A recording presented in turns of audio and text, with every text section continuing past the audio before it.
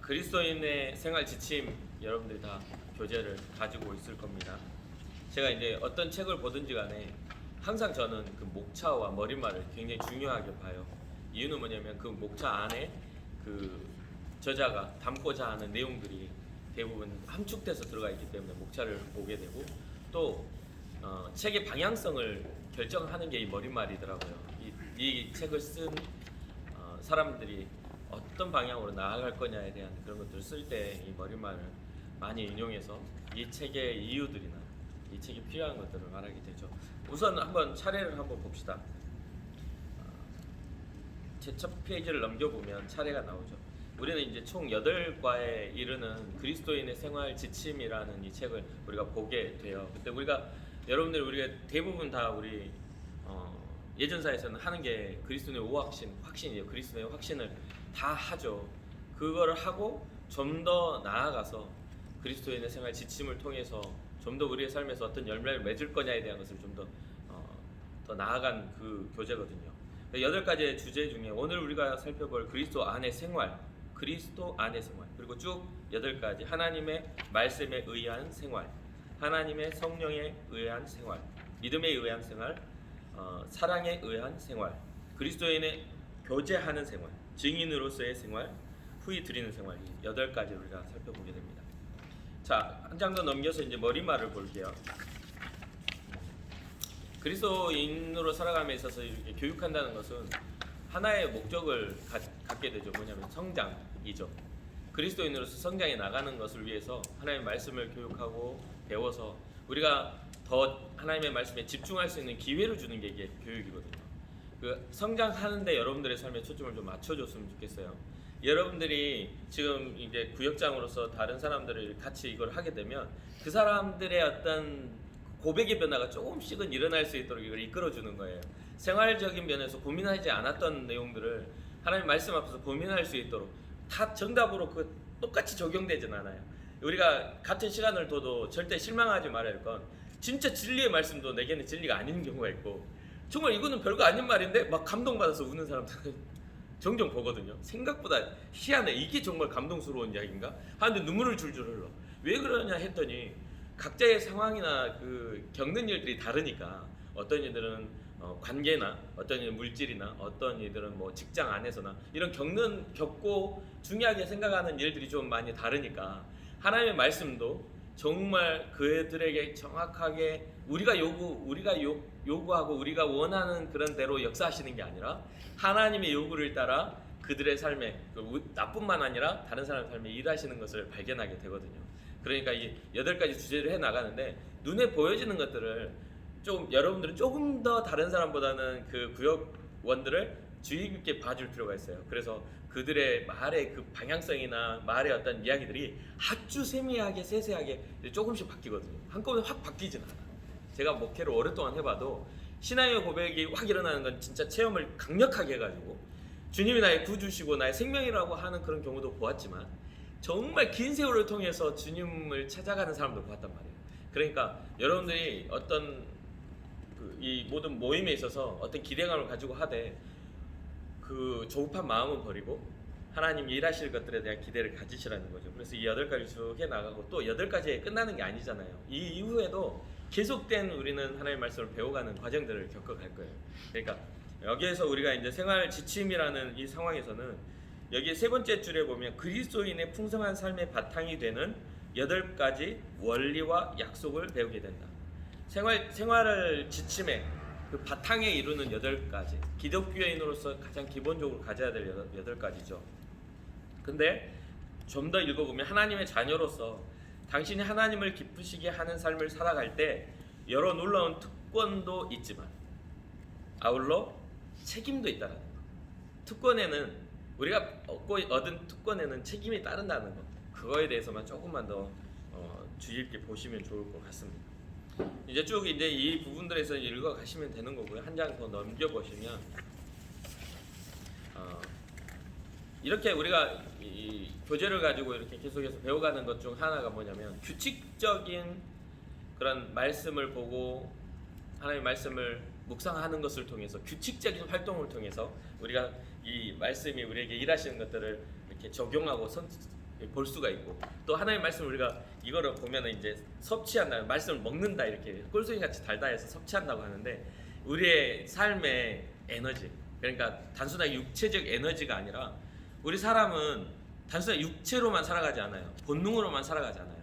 그렇기 때문에 영과 혼과 육으로 우리가 존재가 지어졌기 때문에 이 하나님의 말씀은 우리로 하여금 우리의 영과 혼을 더 건강하게 세워가는, 그래서 오늘날 우리가 많이 나라를 위해서 기도하고 교회를 위해서 기도하는 그 이유 중 하나가, 바른 정의가 사라진 사회가 되면 혼란밖에 안 나오거든요.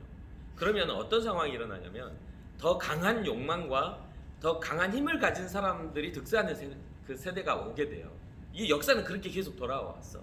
계속 이렇게 아무리 공평하게 뭔가를 한다 해도 그 중에 항상 사람은 더 힘센 자와 힘 약한 자가 갈리게 돼 있었어.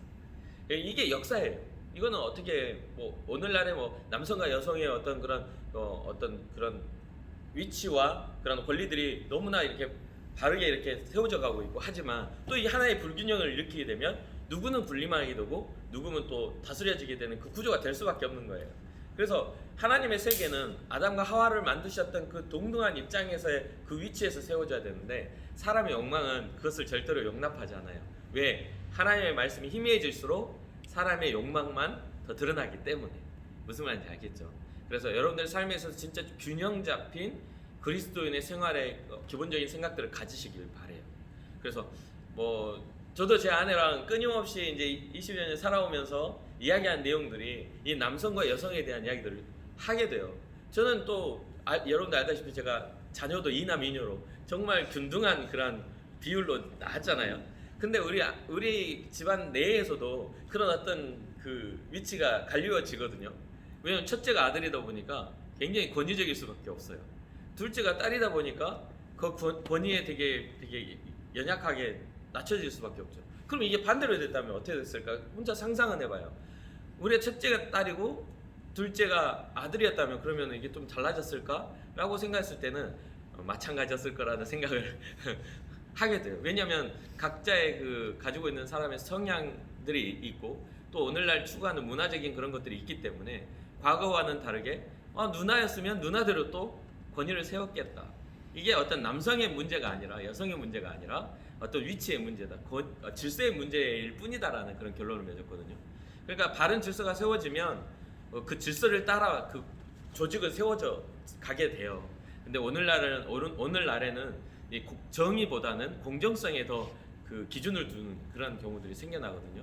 근데 우리가 잘 알다시피 정의는 사람 죽이지 마, 이거 하나의 어떤 정의로서 법으로서 세워지는 거잖아요. 근데 공정성은 어떻게 되냐면 사람의 판단에 따라서 그 공정성의 판단 기준이 달라져요. 도덕, 남의 거는 훔치지 마, 이게 하나님의 그런 법이거든요. 정의거든요. 그런데 남의 거 훔치지 말라는 그 정의보다 더 그것을 공정성으로 했을 때, 왜 너는 많이 갖고 나는 적게 가져야 돼? 네 거 나한테 나눠줘. 그러면은 가진 사람이 내 건데 싫은데? 라고 하는데, 공정하게 해야지 라고 하고 구선해서 그것을 펴고 빼앗아 갈 수도 있는 거거든요. 이게 공정성이라는 게 각자의 생각에 따라서 그 기준이 굉장히 달라진다는 거예요. 그래서 우리는 더더욱 이 시대에, 우리가 살아가는 시대에 하나님께서 우리에게 주신 그 도덕적인 그런 윤리적인, 사람이 지켜야 할 그 기본적인 것들에 대한 것, 그 이상의 것은 복잡해서 우리는 잘 모르겠어요. 근데 기본적으로 우리가 지켜야 될, 사람으로서 인지를 가지고 지적인 존재로서 지켜야 될 것들에 대한 정의는 가지고 있어야 되겠다. 이게 흔들리게 되면 누군가 힘 있는 자가 결국은 위에 설 수밖에 없는 구조일 뿐이죠. 지금뿐 아닙니다. 역사가 그래왔어. 세계 역사가. 우리나라만요? 아니요. 전 세계 역사가 아담과 하와가 범죄를 저지른 이후에는 항상 그러한 가진 자와 가지지 못한 자의, 가진 자가 더 많이 갖기 위해서 그 투쟁했던 역사가, 전쟁의 역사가 인류의 역사에 흐르고 있다는 거예요. 나라와 나라와의 관계도 마찬가지고. 너무 멀리 이야기를 하고 넓게 이야기를 했지만 결국은 우리가 하나님의 국률하심 속에 들어가지 않는다면 이 불합리한 세상 안에서 우리는 그럭저럭 살아가다가 어떤 불평과 어떤 문화의 흐름에 짓눌려 살다가 정말 끝날 수도 있어요. 그런데 하나님이 이런 어떤 우리를 짓누르는 문화 그 이면에 더 높으신 하나님이 우리의 존재 자체를, 그 문화에서는 우리가 실패자가 될 수 있지만 하나님 앞에서 우리의 영과 혼은 성공자가 될 수 있도록 하나님 그 길을 열어놓으셨다는 거죠. 그게 영적 비밀이에요. 예수 그리스도가 십자가를 달려 죽으시기까지 우리를 사랑하신 이유가 하나님 나라의 소개예요. 근데 우리의 눈은 어디를 보죠? 우리의 사는 삶을 보죠. 여기에 그리스도인의 생활 지침은요, 우리의 시선을 달리합니다. 우리의 생각을 다르게 생각하게끔, 우리가 살아가는 삶의 해석을 다르게 하게끔 이것을 이끌어 가줘요. 여기 오늘 처음 우리가 해야 될 그리스도 안에 생활에서 거기를 우리가 한번 더 고민해 볼 필요가 있죠. 자, 첫 번째 일과예요. 이 교재는요, 많은 문제가 아니고 몇 가지의 문제밖에는 있지 않아서 그렇게 시간이 오래 걸리진 않아요.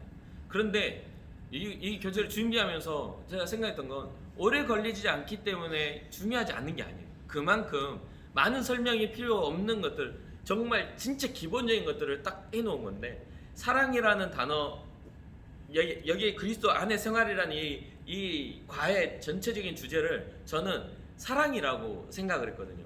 뭐냐면 어떤 관계가 특별해지기 위해서는 사랑해야 되는데, 사랑하는데 첫 번째 조건이 뭐냐면 네가 내 안에 들어오는 거야. 그리고 내가 너의 안에 들어갔을 때 가능해. 나만 이 사람을 좋아해가지고 사랑이라는 게 형성이 안 돼요. 그것은 굉장히 위험해. 저 사람은 나를 받아들이지 않았는데 나만 받아들여서 너는 귀해하고 만약에 얼굴을 이렇게 한다 해봐. 그 받아들인 사람은 기급하지. 오 이렇게 되는 거예요. 굉장히 큰 위험성을 가져. 그래, 이게 첫 번째 그리스도 안의 생활이라는 이걸 보면서 이거는 한마디로 하면 주님과 나와의 사랑이 시작된 생활이구나라고 제가 그렇게 생각을 했어요. 이걸 준비하면서 한번 봅시다. 요한복음 15장 5절입니다. 우리 함께 읽어볼까요? 시작. 나는 포도나무요 너희는 가지라. 그가 내 안에 내가 그 안에 거하면 사람이 열매를 많이 맺나니 나를 떠나서는 너희가 아무것도 할 수 없습니다. 아멘. 그렇죠. 주님이 내 안에 가고 내가 주님 안에 거하면 열매를 맺죠. 이게 꼭 결혼한 부부의 관계 같지 않습니까? 자녀를 낳게 돼. 근데 그게 아니면 굉장히 불법이 되는 거예요. 그러니까 이게 주님은 지금 우리에게 이 말씀을 하실 때 무엇을 말하고 있냐면 신랑과 신부로 비유된 그 관계를 지금 이야기하고 계시는 거예요. 포도나무인데 너희는 가지인데, 너희가 내 안에 가고 내가 너희 안에 거하는 것은 서로 소통된 상태, 연결되어서 그 공급되는 영양분을 우리가 다 먹었을 때 가지를 통해 열매가 맺는 거잖아요. 그게 관계가 되려면 네가 내 안에 내가 너 안에 거해야 돼 라는 어떤 그 말씀을 하고 계시는 거죠. 근데 여기서 저는 굉장히 짜릿한 어떤 그런 뭘 느꼈냐면 주님이 우리를 향한 굉장한 그 존중을 느껴요. 믿어! 라고 하고 강압적인 게 아니라 지금 너와 내가 연결되었으니 우리 함께 연합하자. 내가 네 안에 거하고 네가 내 안에 거하면 많은 열매를 맺는단다 라고 하면서 주님은 지금 그걸 설명을 해주고 있는 거죠. 일방적이지 않고 그걸 설명해주고 있는 것을 보게 돼요. 묵상 밑에 보시면 포도나무는 누구입니까? 예수님이죠. 예수님. 가지는 누구입니까? 바로 우리들입니다. 우리들을 다른 말로 하면 믿는 자들, 예수 그리스도를 믿는 자들이에요. 그러면 우리에게 적용하면 예수님을 믿는 우리들을 주님은 가지라고 이야기하고 계시죠. 가지와 포도나무 사이에는 어떤 관계가 있습니까? 가지와 포도나무 사이에는 어떤 관계가 있어요? 연합되어 있는, 연결되어 있는 관계. 그러니까 한 몸을 이룬 관계예요. 그러니까 서로 뗄 수 없고 떨어져서는 안 되는 관계죠. 떨어지면 아무런 의미가 없어지는. 가지가 몸통에서 떨어지면 그것은 그냥 아무 관계가 없는 거예요. 그러니까 이게 연합되는 관계 굉장히 중요해요. 가지와 포도나무 관계는 그리스도인과 그리스도의 관계와 어떤 점이 같은가? 방금 전에 이야기해버렸는데 서로 떨어져서는 아무것도 할 수 없는, 그리스도인에게 그리스도가 없으면 그리스도인이 될 수가 없어. 그래서 서로 떨어지면 안 되는 관계야. 굉장히 중요하죠. 굉장히 단순하고 간단한데도 이걸 잘 모르고 생각하는, 살아가는, 그리스도인의 생활을 한다 하지만 그리스도와 상관없이 살아가는 사람들이 많아요. 그런 사람들을 통해서 많은 사람들이 실망하고 교회를 떠나요. 우리는 그렇게 돼서는 안 된다는 거죠. 우리가 주님 앞에서 공급을 받는, 주의 말씀의 공급을 받는다면 그리스도인의 삶을 살아가야 된다. 자, 넘겨봅시다. 저가 내 안에, 내가 저 안에 있으면 이죠. 1번, 모든 믿는 자들의 첫째 가는 목표는 무엇이어야만 합니까? 모든 믿는 자들의 첫째 목표는 무엇인가? 마태복음 6장 33절. 한번 찾은 사람, 다 적어왔지? 네. 그러면 고은이가 한번 읽어봐. 그런즉 너희는 먼저 그의 나라와 그의 의를 구하라. 그리하면 이 모든 것을 너희에게 더하시리라. 아멘. 네. 모든 믿는 자의 첫째가 되는 목표는요. 어떤 사람이 제가 고등학교 때, 중학교 때인가 저를 가르쳐준 그 학교의 선생님이 중학교 선생님이었던 것 같아요. 그분이 수업을 하다 말고 갑자기 기독교적인 이야기를 하셨어요. 그러면서 하는 말이 기독교는 참 이기적이라고 이야기를 하는 거예요. 그래서 목사인 아들인 저 입장에서는 갑자기 선생님이 저런 말씀을 하시지 수업하다 말고 중학교에서 그 학교에서 그런데 하는 말이 이분이 이제 굉장히 논리적인 분이다 보니까 이 믿음에 대한 그리스도인들의 믿음에 대한 것이 굉장히 불합리해 보였나 봐요. 뭐냐면 순전하게 하나님을 믿는다 했을 때는 그 믿음에 먼저 중점이 있어야 되는데 이 믿는다는 사람들은 다 천국 나 보내달라고 하나님 나라를 보내달라고 이렇게 뭔가 대가를 요구하는 믿음을 한다는 거죠. 대가를 가진 믿음 생활하니까 그거는 진짜 믿음이라기보다는 뭔가 자기 소원의 성취 같은 그런 모습으로 보여졌나 봐요. 그러니까 그 이야기들이 또 그럴싸해요. 믿으면 그래 뭔가 믿는다 하는 것은 그냥 조건 없이 믿어야 되는 건 맞는데 라고 생각하고 그러한 경험을 가지고 살아오다 보니까 성경을 또 다시 주목해서 보게 됐잖아요. 근데 믿음이라는 것들이 하나님 나라 구원받는 것 천국 가는 거에 믿음이라는 것들이 잘못된 것인가 라고 했더니 이게 진짜 맞는 말인 것 같지만 굉장히 틀린 말인 게 뭐냐면 예수님이 이 땅에 오신 이유가 육체된 우리를 구원하시기 위해서 오셨는데 그러니까 결국에는 하나님 나라의 백성으로 회복을 위하여 오셨기 때문에 그 회복을 위하여 우리에게 믿어라 말씀하시는 거예요. 하나님의 나라가 있으니 믿어라. 회개하라. 천국이 가까이 왔느니라라는 그런 진짜 진리 성경이 말하고 있는 하나님의 소원. 아담과 하와를 만들어서 그들의 죄로 인하여 아담과 하와를 육체로서 떠나보내야 했던 하나님의 그 상실감이 예수 그리스도로 인하여 내 딸과 내 아들을 다시 회복하시는 하나님의 소원이 그 하나님 나라의 백성이 있다 보니까 하나님 나라의 소원을 성취하는 것이 기독교인들의 사명이기도 하다는 거죠. 그러니까 이게 그 선생님도 제대로 보지 않고 자기의 생각, 그러니까 그것을 주도하시는 하나님의 마음에 초점이 있는 게 아니라 자기가 생각하고 있는 자기 철학에 그것을 해석을 하니까 굉장히 이기적인 기독교인으로 보이는 거죠. 그러나 참 기독교인은요, 하나님의 소원에 하나님의 마음에 합한 사람들이 되는 겁니다. 내 판단과 내 기준에 의해서 그것을 결정하는 게 아니라 하나님의 소원에 반응하는 사람들. 이해되시죠? 그러니까 우선순위는요, 주님과 하나님의 나라여야만 돼요. 먼저 그 나라와 그 의를 구하라. 그쵸? 그 나라와 그 의, 제가 항상 하나님의 뜻, 그 의라는 것은 하나님의 뜻이 무엇이냐 했을 때 하나님의 뜻은요, 언제나 우리를 구원하심이었어요. 구약 시대 때부터 요한계시록 끝까지 잃어버린 영혼들을 구원하시기 위한 몸부림치신 하나님의 소원이 있어요. 그런데 그 안에서도 권위로 팍 너는 구원 너는 지옥 이렇게 해서 운명처럼 나눠버리면 얼마나 편할까. 그런데 주님은 그렇게 하지 않으시고 지금도 오늘 우리에게 물으신다는 거죠. 네가 나를 신뢰하느냐. 존중하고 계신다는 거예요. 우리의 삶, 우리 정말 앞에 지나가는 개미도 그냥 손가락으로 눌러 죽일 수 있는 그런 존재밖에 안 되는데도 주님은 물으시는 거예요. 우리에게 가치를 부여하시고. 굉장히 중요한 사랑을 우리가 받고 있음을 기억하시기 바라요. 두 번째, 당신이 그리스도 안에 거하고 있다면 당신의 삶은 어떠해야 합니까? 요한일서 2장 6절. 요한일서 2장 6절. 그의 안에 산다고 하는 자가 그가 행하시는 대로 자기도 행할지니라. 그러면 그리스도 안에 거하고 있다면 삶의 모습이 어떻게 해야 돼요? 그 안에 산다고 하는 자는 그가 행하시는 대로 자기도 행해야 된다. 결국 뭐냐면 예수님의 그 행함을 따라 살아가야 된다는 거죠. 우리를 향하신 주님의 그 사랑, 우리를 향하신 헌신과 희생, 무엇을 위해? 하나님 나라를 위해. 그렇기 때문에 우리의 그리스도의 생활의 지침 자체가 하나님 나라에 부끄럽지 않은, 하나님 나라 백성으로서 부끄럽지 않은 삶에 대한 것을 우리가 따라 살아야 돼요. 그러면 주님이 어떻게 행하셨죠? 주님의 모든 행하심에는요, 여러 이유가 있고 여러 모양이 있지만 그 행하심의 본질은 뭐냐면 하나님의 말씀에 순종입니다. 그러면 우리가 주님 그와 같이 행해야 된다는 것은 우리도 주의 말씀에 순종하는 삶을 살아가야 되는 거예요. 하나님의 뜻에 합당한 삶의 그 꿈을 꿔야 된다는 거죠. 주님이 가셨던 그 길을 우리가 주님이 가셨던 그대로 합니까? 못해요. 귀신 들린 사람 데려다니면 우린 떨고 있을 거야. 무서워서.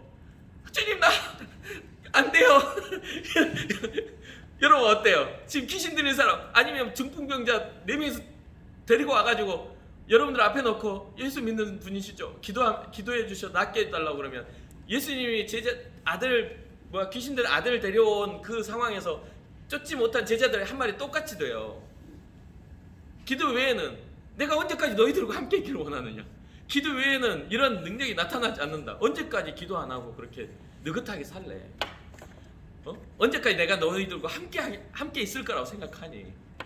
곧 십자가에 달려 돌아가실 주님의 그 어떤 하나님의 섭리와 계획이 있는데 인류의 죄를 담당하시려고 하는 그 뜻을 알고 계셨던 주님은 기도하지 않는 제자들이 안타까웠다. 근데 오늘날도 마찬가지요. 저 같은 경우도 지금 누가 그런다면 무서울 거야. 목사인데도. 왜냐면 부족한 인생이니까. 그러나 예수 그리스도의 이름에는 저는 능력이 있음을 믿습니다. 예수 그리스도의 이름에는 기적이 있음을 믿습니다. 그게 믿음이죠. 주님이 행하신 대로 그것은 무엇을 따라 어떤 기적과 능력과 이적의 개념이 아닌 주의 말씀에 순종하는 삶. 주의 말씀 순종하는 삶. 쭉 더 나아갑시다. 3번입니다. 그리스도 안에 거하기 위해 무엇을 해야 합니까? 요한일서 3장 24절. 가은이 가면 읽어보자. 요한일서 3장 24절. 그의 계명을 지키는 자는 주 안에 거하고 주는 그의 안에 거하시나니 우리에게 주신 성령으로 말미암아 그가 우리 안에 거하시는 줄을 우리가 아느니라. 아멘. 그의 계명을 지키는 자. 그의 계명은 누구의 계명이죠? 주님이 말씀하셨어요. 첫째는 내 주 하나님을 사랑하라. 둘째는 이와 같으니 내 이웃을 내 몸과 같이 사랑하라. 결국 사랑의 계명이었어요. 뭔가 누군가에게 베풀어야 할 사랑이 우리에게 있느냐를 우리가 한번 고민해 볼 필요가 있죠. 그것이 어떤 조건에 따른 사랑인가? 아니면 우리에게 주신 하나님의 사랑이, 아가페의 사랑이 우리를 사로잡아 어떤 그 조건이 되지 않았음에도 불구하고 베풀어 낼 수 있는, 손을 내밀 수 있는 사랑인가? 이거에 대해서 우리는 고민하고 구해야 합니다. 그의 계명을 따라 주님의 계명을 지키는 자들, 그런 사람들이 그리스도인이에요. 근데 아무리 완벽하지 않으니까 아무리 잘한다고 해도 우리가 힘에 부쳐서 못할 때도 있어요. 그러나 그런 것까지 주님이 책망하시나요? 그렇지 않아요. 우리의 최선의 삶을 주님 먼저 알고 계세요. 없는 걸 어떻게 줘? 누군가 전에 한번 우리 교회에 있는데 부흥집회가 끝나고 이제 집에 가려고 하는데 어떤 분이 아주 양복을 차려입고 서류 가방 같은 걸 들고 한 10시 넘어가지고 이제 다 부흥집회 끝나고 이제 정리하고 가려고 했는데 불 다 꺼져 있고 그 관리 집사님만 있고 이제 내가 제일 늦게 간다고 이제 나가고 있는 그분이 들어왔어. 그래서 담임 목사님을 찾아. 이 시간에? 밤 10시가 넘었는데 담임 목사님을? 그래서 왜 찾으시냐고 했더니 이분이 이제 사정 설명을 하는 거지.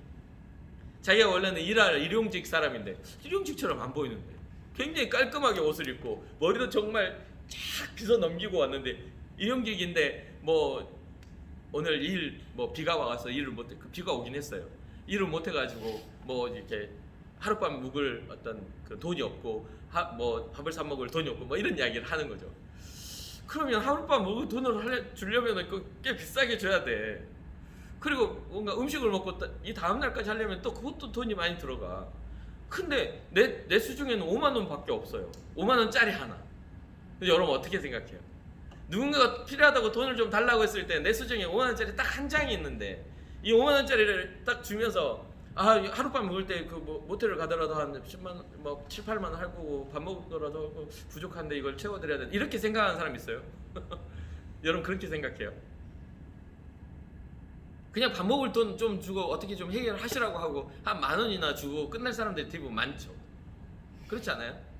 어떻게 생각해요? 여러분들의 삶에 있어서 누군가 찾아왔을 때 여러분들은 항상 호의롭게 대할 수 있나요? 당장에 그런 것도 6인 가족을 데리고 있는 가장 입장에서는 이 5만 원짜리 하나도 굉장히 아껴 써야 하는. 그래서 저는요 이 지갑에 현금을 한 5만 원 정도를 두잖아요. 그러면은 물론 카드를 잘 쓰긴 하지만 이 5만 원을 안 쓰고 2달, 3달 가지고 있기도 합니다. 근데 그런 사람이 왔어. 근데 내가 줄 돈이 부족해 보여. 너무 구구절절하게 막 이야기를 하니까 이걸 어떡하지? 생각을 할 수밖에 없죠. 사람이기 때문에. 그런데 제가 그분의 그 5만 원짜리를 딱 주면서 내 돈 이제 진짜 지갑을 이렇게 펼쳐 보여드리면서 내가 가진 돈은 5만 원밖에 없다고. 이분이 하는 말이 다음 주에 와서 갚겠다는 거야. 근데 이제까지 제가 많은 사람을 도와줬지만 다음 주에 와서 갚겠다고 해서 갚은 사람을 단 한 명도 본 적이 없어요. 진짜 한 번도 본 적이 없어. 근데 제가 그 갚겠다 하길래 제가 그런 이야기 했습니다. 거짓말은 하지 마시고, 대놓고 그랬어요. 거짓말은 안 하셔도 되니까, 안 갚아도 되니까 거짓말 하지 마시고 다시 어떤 이런 것들을 선생님의 삶에서 이용하여 누군가의 어떤 호의를 이용하지 않았으면 좋겠다고. 이 말을 내가 진정으로 믿어드리겠다고. 믿어드리는데 어떤 다른 것들, 어떤 사정들, 그런 것들 나한테 변명할 필요가 없으시다고. 그러면서 했던 이야기가, 되도록이면 삶이 변화되기 위해서는 정말 가까운 교회 가시라고. 사는 곳에서 정말 하나님의 말씀을, 예수 그리스도를 만나시라고. 그래서 이렇게 어떤 아쉬운 말, 정말 그렇게 젠틀하게 생긴 사람이 와가지고 아쉬운 말을 하면서 자기의 어려움을 이야기한다는 게 좀 아픈 거야. 나는 뭔가 해도 할 수 있을 만한 건강한 사람인데 그런 부분들에 있어서 왜 이렇게 됐지라는 생각이 드는 거죠. 그러면서 이야기를 하면서 그래 놓고도 내가 그랬어요. 미안하다. 진짜 정말 미안해요. 나는 선생님한테 이런 말을 할 자격이 없는데 정말 이렇게 나보다도 그래도 한 4-5살 많아 보이는, 또 적을 수도 있겠지만 나도 생각보다 생긴 것보다 나이가 많은 사람이란 보니 그럼 나보다 적을 수도 있겠지만 그런 이야기 한다는 것 자체가 주제 넘은 생각이 들어서, 그런데 복음은 전해야 되겠고 미안하다고 하면서 전했어요. 정말 미안하다. 선생님의 어떤 삶의 가치를 떨어뜨리고 수치심을 주려고 하는 말이 아니라 정말 예수 그리스도 안에서 발견돼서 새로운 정말 가치 있는 삶을 살았으면 좋겠다고. 그렇게 해서 내가 있는 가진 돈을 다 주고서 보낸 다음에 그때 내가 했던, 집에 들어가서 했던, 아내한테 했던 이야기가 그거예요. 오늘 나는 주님을 만난다. 오늘 나는 주님을 만난다. 어떤 모양으로 내게 찾아오실까? 주님이 어떤 모양으로 우리에게 찾아오시죠? 마태복음 25장을 여러분 한번 살펴보세요. 양과 염소에 대한 비유를 하시는 그 25장의 마태복음에 나타난 것을 보세요. 어떠한 모양으로 찾아오는지. 뭔가 다른 사람보다 더 연약하고 약한 모습으로 살았던 사람들을 돌보았던 사람들에게 양이라 말씀하셨어요. 그러니까 우리는 양의 삶을 살기 위해서는 나보다 더 못한 사람들을 경멸하거나 왜 저렇게밖에 못 살지라고 그들을 판단하기 전에 손을 내밀어 그들의 삶을 도와줄 수 있는 것이 그리스도인의 삶이라는 거예요. 주님의 계명은 그거예요.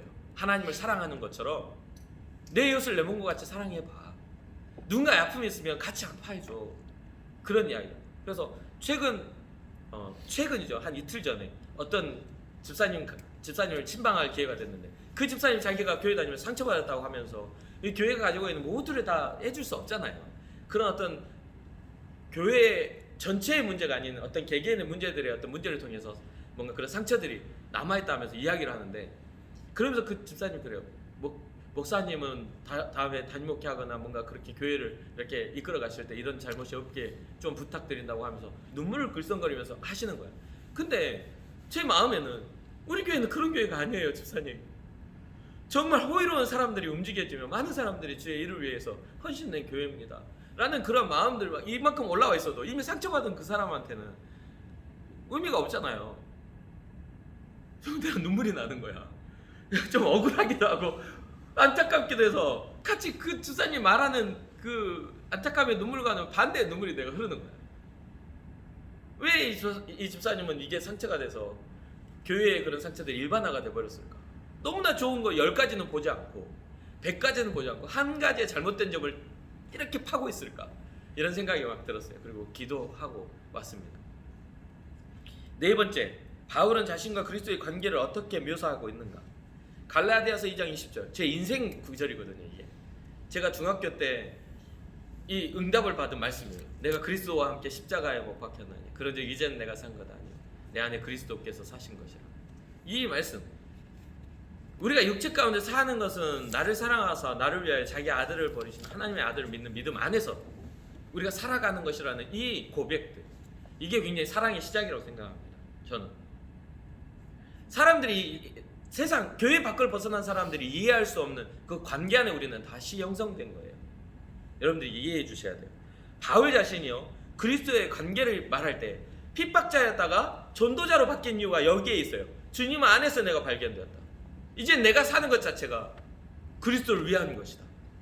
그분이 나를 위해 죽으셨기에. 그래서 이거를 한마디로 하면 뭐가 되냐면 바울은요 예수 그리스도와 자기의 삶을 일치시켰어요.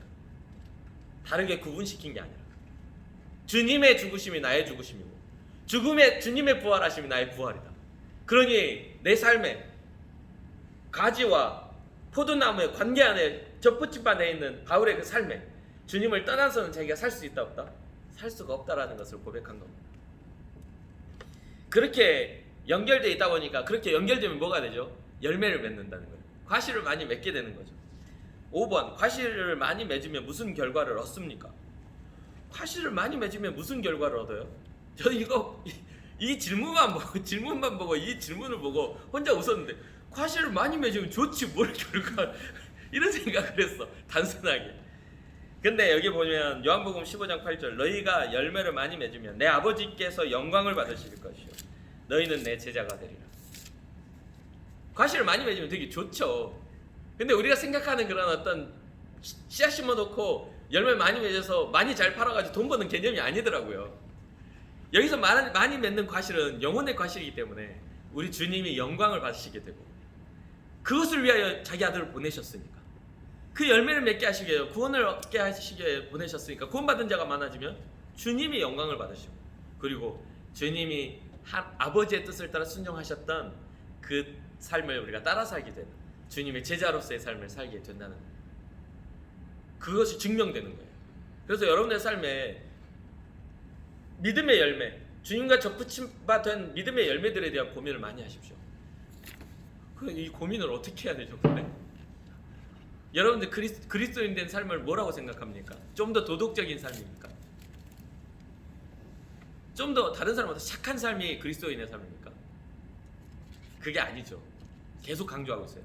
하나님의 뜻에 합한 삶. 그것이 그렇게 살려다 보니까 자연스럽게 뭐가 따라와? 도덕성이 따라오고 착한 주님의 행실이 따라와. 우리의 성도의 착한 행실들이 따라오게 되는 거예요. 열매가 따라와.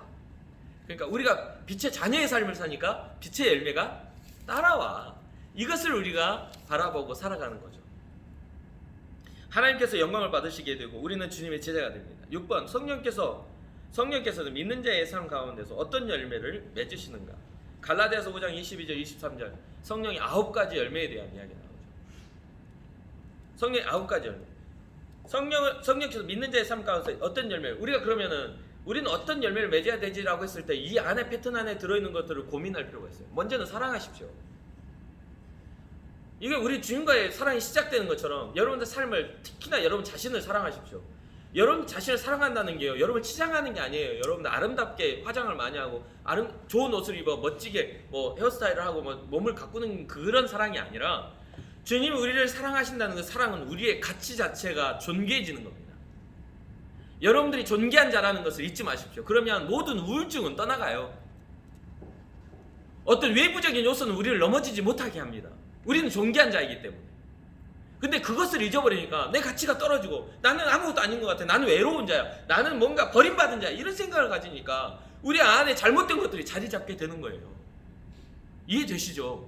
절대로 세상의 흐름이나 삶의 어려움이 우리의 삶을 장악하지 못하도록 하나님의 영광과 하나님의 뜻만이 우리의 삶을 주도하실 수 있도록 여러분들을 사랑하십시오. 내가 하나님의 자녀입니다. 사망에서 생명으로 옮겨진 나는 하나님의 자녀입니다. 내가 이런 환경에 무너져? 난 그럴 수 없어. 난 다시 일어나서 주님을 향해 갈 거야 라는 그런 고백이 일어나야 되죠. 먼저 사랑부터 시작해요. 근데 이게 보니까 이 기쁨이라는 게 따라오거든요. 사랑하기 시작하면. 제가 보니까 사랑하기 시작하면 진짜 100% 기쁩니다. 사랑하기 시작하는데 너무 슬퍼서 우는 사람은 그런 사람 만나면 큰일 나요. 그 사람 정신병자야. 내가 널 사랑하기 시작했는데 절대로 만나지 마. 그런 사람들은 미친 사람이야. 사랑하기 시작하면 무조건 행복해집니다. 이건 100%예요. 하나님이 사람에게 주신 100%의 감정이야. 그럼 내가 하나님을 사랑하기 시작하잖아요. 성령의 역사와 능력으로 사랑하기 시작하잖아요. 기쁨의 눈물은 날정도 슬픔의 눈물은 안 나요. 기쁨이 따라오게 돼요.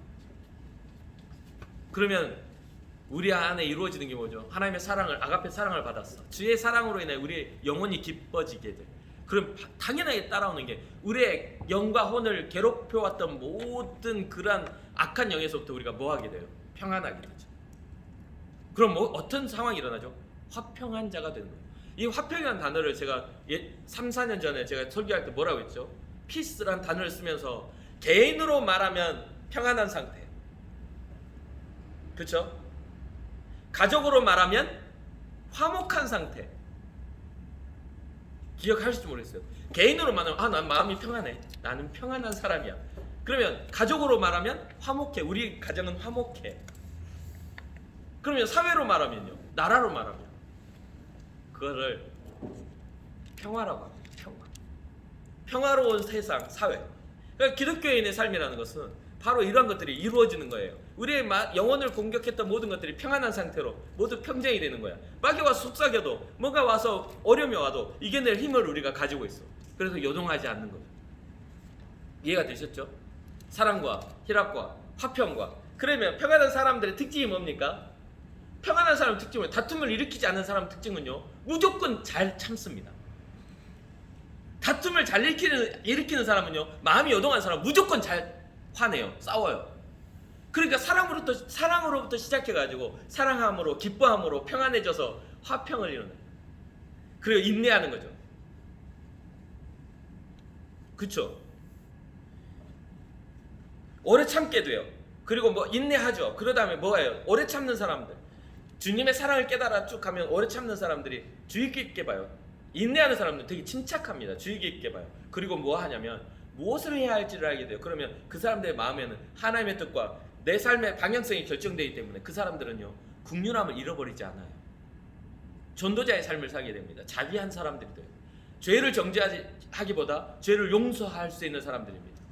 사람들을 구분하기보다 사람들을 모아 화평시킬 수 있는 사람들이에요. 우리가 교회를 이루어갈 때 아름다운 건강한 교회라는 게 바로 이런 거에 있어요. 다투기를 잘하는 사람보다는 화평케 하기를, 인내하기를 잘하는 사람이 되십시오. 누군가를 정죄하는 것을 잘하는 사람보다는 그 사람에게 자비함과 긍휼함을 베풀어 줄 수 있는 사람이 되시기 바라요. 그게 주님의 자비하심이에요. 죄를 용서하신. 그리고 그런 사람들의 특징 계속해서 나와요. 양선, 굉장히 착해. 근데 이 착함이 어디서 비롯된다고요? 하나님 믿는 사람들로부터 따라오는 거라고 제가 아까 그랬죠. 따라오는 거. 이게 어떤 의무적으로 무조건 착해야 된다는 신데렐라 컴플렉스가 아니라 자연스럽게 주의 뜻을 아니까 따라오게 되는 거야. 양선, 굉장히 착한 사람들. 그리고 이 사람들은 충성됩니다. 무엇에 충성되죠? 하나님의 말씀에, 하나님의 뜻에 충성된 자들. 주님의 몸된 교회에 충성된 사람들. 어떤 무리에 가도 화평하고 이 모든 것이 이루어가면 이 사람들은 성실하고 충성돼요. 기독교인들의 증거는 충성되고 성실해져야 돼요. 충성을 다른 말로 하면 성실이라고 해요. 성실이라고 해요. 왜? 성실이라는 것은 어떤 조건하고 상관없이 그 일을 내가 해야 될 몫을 꾸준하게 감당하는 거거든요. 충성이 그런 거잖아요. 어떤 이유를, 물음표를 찍기 전에 내가 해야 될 몫을 다 하는 거예요. 그게 주의 뜻이라면 얼마든지죠. 그리고 온유하고, 이게 계속 똑같은 게 반복이 되죠. 근데 좀 더 이걸 보면요, 점점 더 디테일한 영역으로 들어갑니다. 점점 디테일한 큰 개념에서 마지막, 그래서 제가 이 성령의 9가지 열매는 이렇게 표현합니다. 사랑으로 시작하여 절제로 끝난다. 완성된다. 이 절제란 단어는요, 굉장히 중요해요. 이 모든 것들 이 앞에다가 절제되지 않는 사랑, 절제되지 않는 기쁨, 절제되지 않는 평안, 절제되지 않는 참음. 오래 참는 것도 미련하게 참아버리면 내 주변을 다 죽입니다. 지혜로워져야 돼요. 참는다라고 이게 열매라고 하니까 옆에 사람이 누가 강도가 와도 참아야지. 방비를 안 해버려.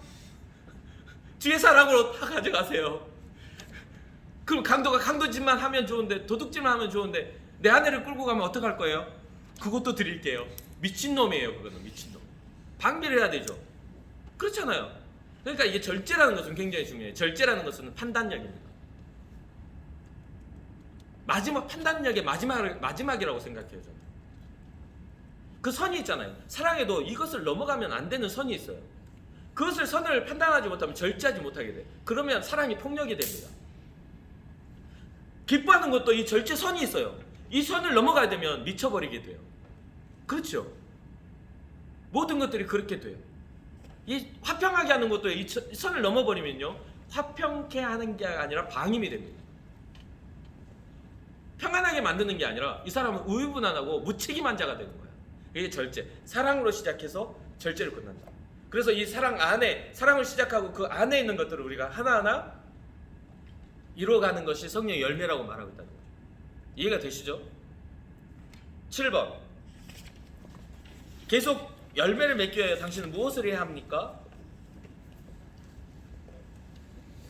베드로후서 1장 5절에서 8절 말씀. 그러므로 너희가 더욱 힘써 너희 믿음의 덕을, 덕의 지식을, 지식의 절제를, 절제의 인내를, 인내의 경건을, 경건의 형제 우애를, 형제 우애의 사랑을 더하라.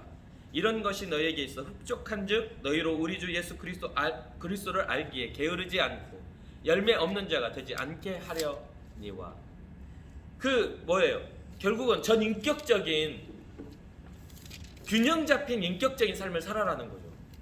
어느 한쪽으로 치우치지 말고 지금 말하고 있는 더욱 힘써 너희 믿음의 덕을 세우고 덕의 지식을 가지고, 그냥 덕을 세운다 해서 아무런 뭐 지식도 없이 뭔가 이게 옳고 그름을 또 판단하지 못할 지식도 없이 막 행하지 말고, 지식에 또한 안다고 해서 교만해져서 절제하지 못한 삶을 살지 말고. 아는 사람들이 가장 큰 특징이 뭐죠? 교만해지잖아요. 아니까. 그래서 여러분들이 보면 이제 오랫동안 신앙생활 하다 보면 담임 목사님이 필요에 따라서나 이제 목회자들이 필요에 따라서 했던 말씀 다시 하기도 하잖아요. 그러면 옛날 3년 전에 적어놓은 거 들전에 그때 했던 거 그대로 하고 막 이렇게 판단하고 있는 사람도 있는데, 그러면 그렇게 말씀 듣고 바뀌었냐고, 그 말씀대로 살고 있냐고. 이 성경 66권은요 수백 년 동안, 지금 2000년 동안 정말 이 믿음의 사람들이 이거를 또 파고 해서 이것을 따라 살려고 몸부림치는 말씀이에요.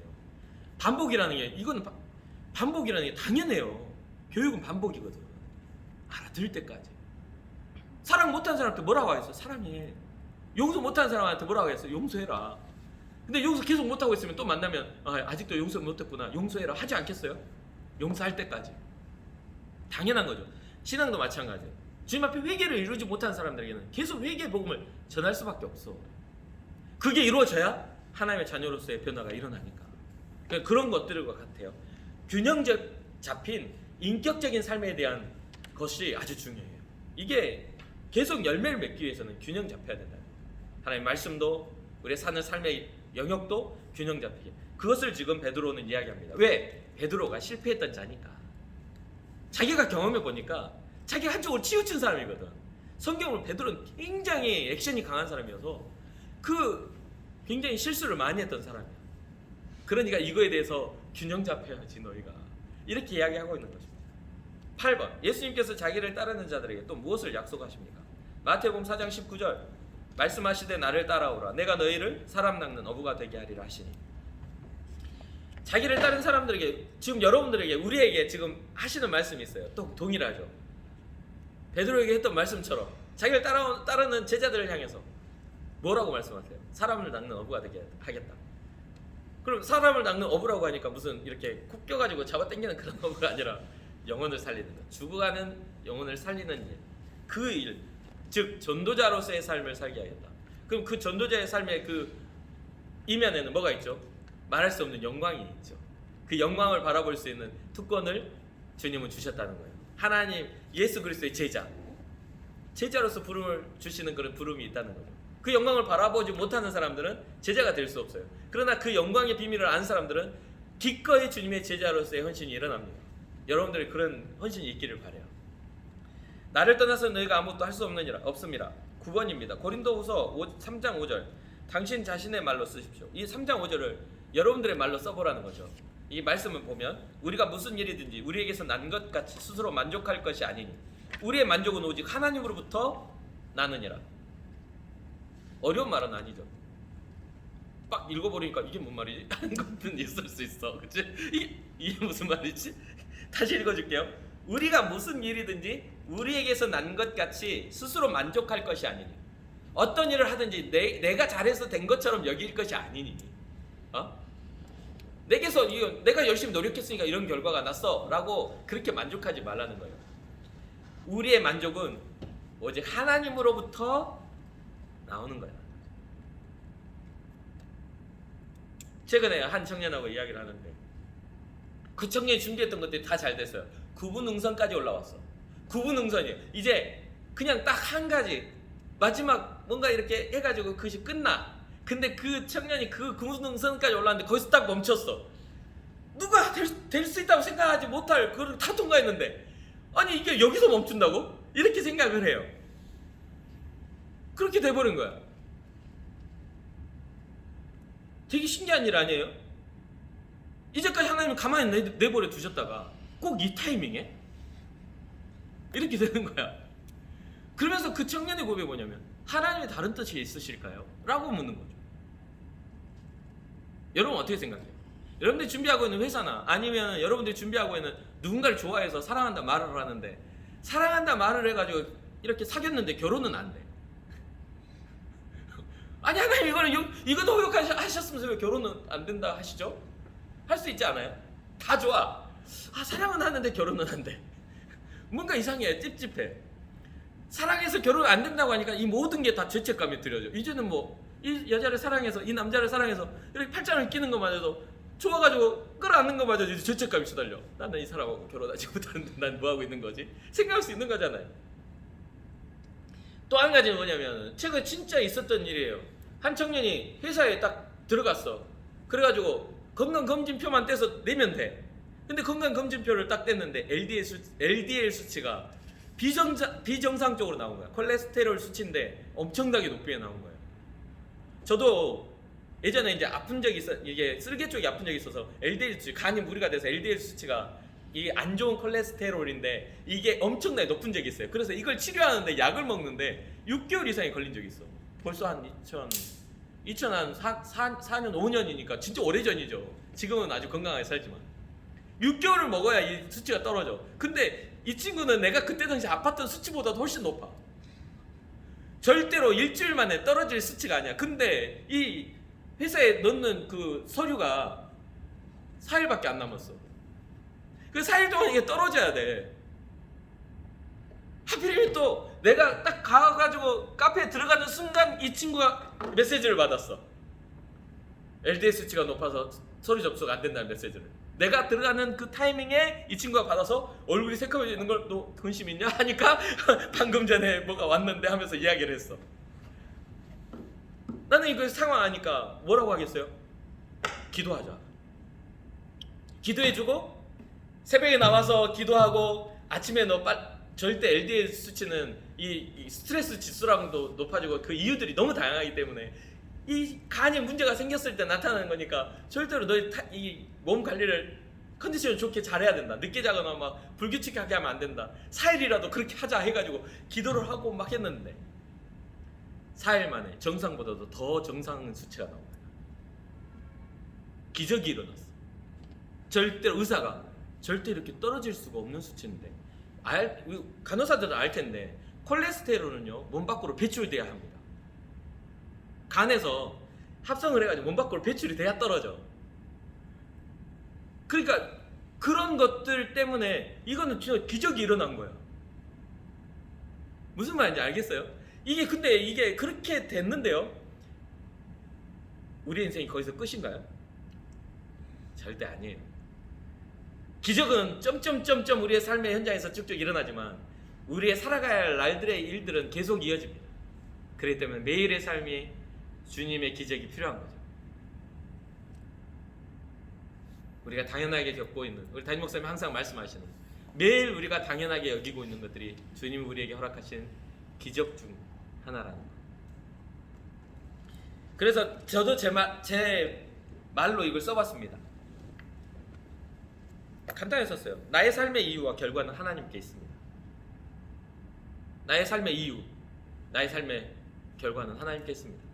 이렇게 써봤어요. 여러분들도 한번 써보시고 나눠보시길 바래요. 10번 그리스도인들이 그리스도를 떠나서는 아무것도 할 수 없다고 했는데 그분과 함께 할 때는 무엇을 할 수 있습니까? 내게 능력 주시는 자 안에서 내가 모든 것을 할 수 있다 라는 이 구절이에요. 빌립보서 4장 13절 아주 유명하죠.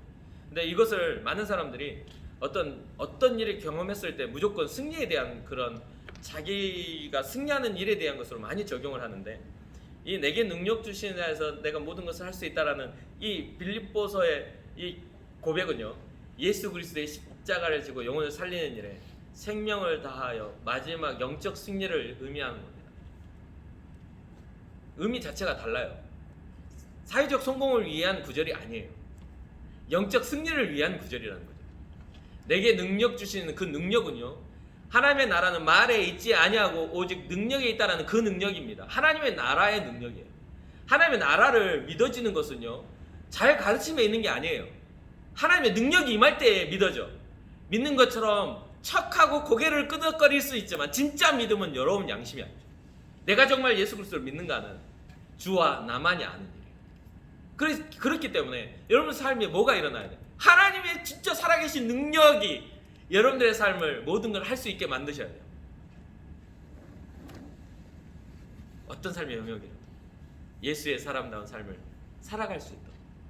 이해되시죠? 그리스도인의 생활입니다. 지금 그리스도 안에서 하는 생활이에요. 우리가 잘 먹고 잘 살기 위한 사회적 성공을 위한 공부가 아니에요.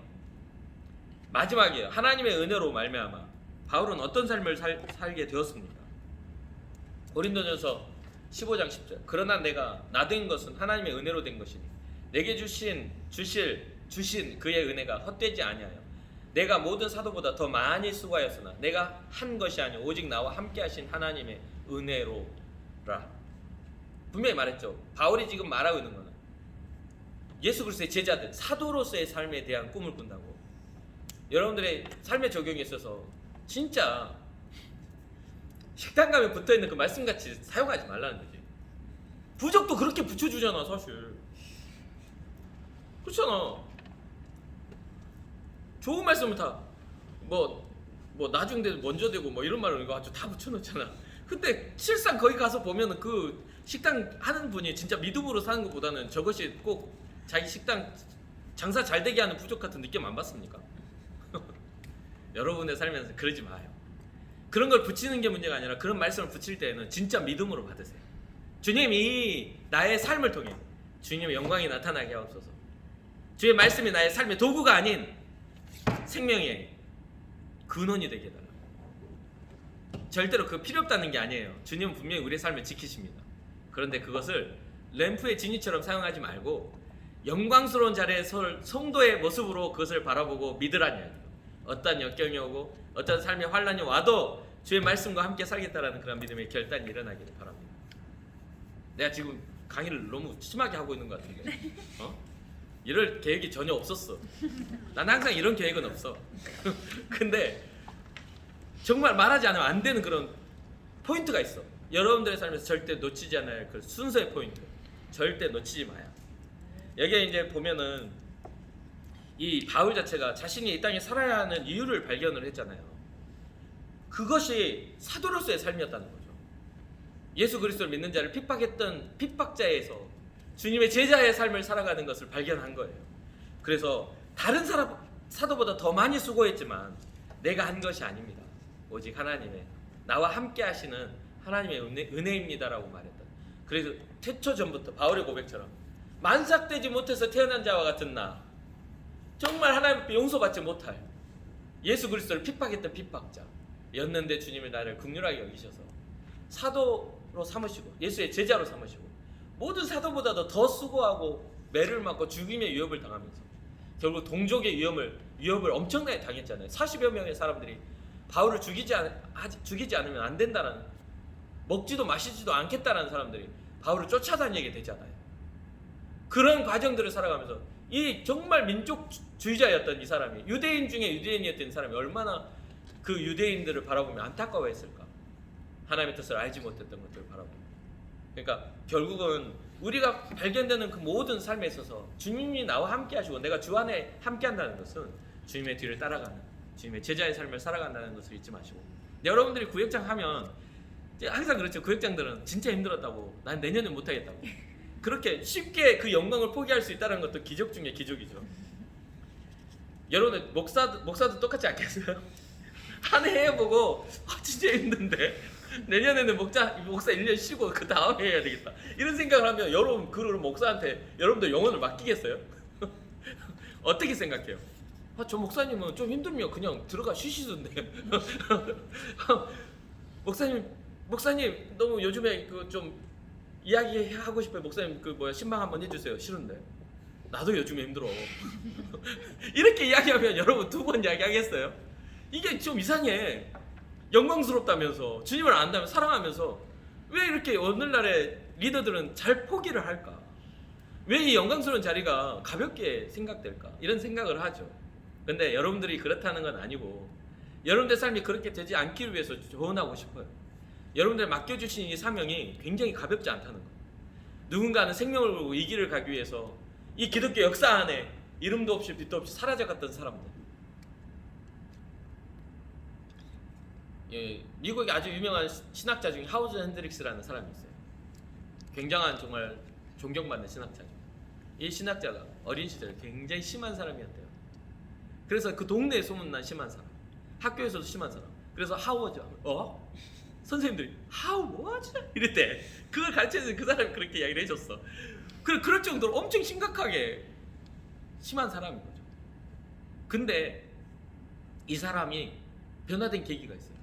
그 계기가 뭐냐면 이 사람이 10살, 11살, 12살 이렇게 자라날 때 자기를 가르쳤던 20세의 청년 교사가 있었대요. 청년 교사. 근데 그 하워즈의 친구들이 전부 그 마을에서 유명한 문제아들이었기 때문에 이 주일학교에서 가르치는 20세의 청년, 20살짜리 청년 교사가 이 애들을 가르치는데 감당하기가 쉽지 않은 거야. 근데 이 교사가 이 아이들을 데리고 등산도 가고 축구를 하고 엄청나게 하면서 복음을 가르쳤대요. 그래서 이 사람들이 신학자가 되고 그 미국에서 유명한 어떤 정치가 뭔가 기업가 이런 사람들이 됐다는 거죠. 인생의 전환이 일어났다는 거야. 그 교사 때문에. 20살짜리 때문에. 알고 봤더니 그 교사가 심각한 심장병이 있었던 거야. 그래서 같이 축구를 하면 안 돼. 같이 등산을 하면 안 되는 거지. 그건 굉장히 자기한테 위험한 그런 일이었던 거야. 나중에서야 이 하워즈와 그 친구들이 그 사실을 알았다는 거죠. 예수 그리스도의 사랑은 그렇습니다. 그 복음을 전하기에 자기 생명을 불태우는 것과 같아요. 영광스러운 그 자리에. 그래서 그의 이름이 위대한 신학자의 이름과 함께 불멸의 존재로 계속해서 언급이 된다는 거죠.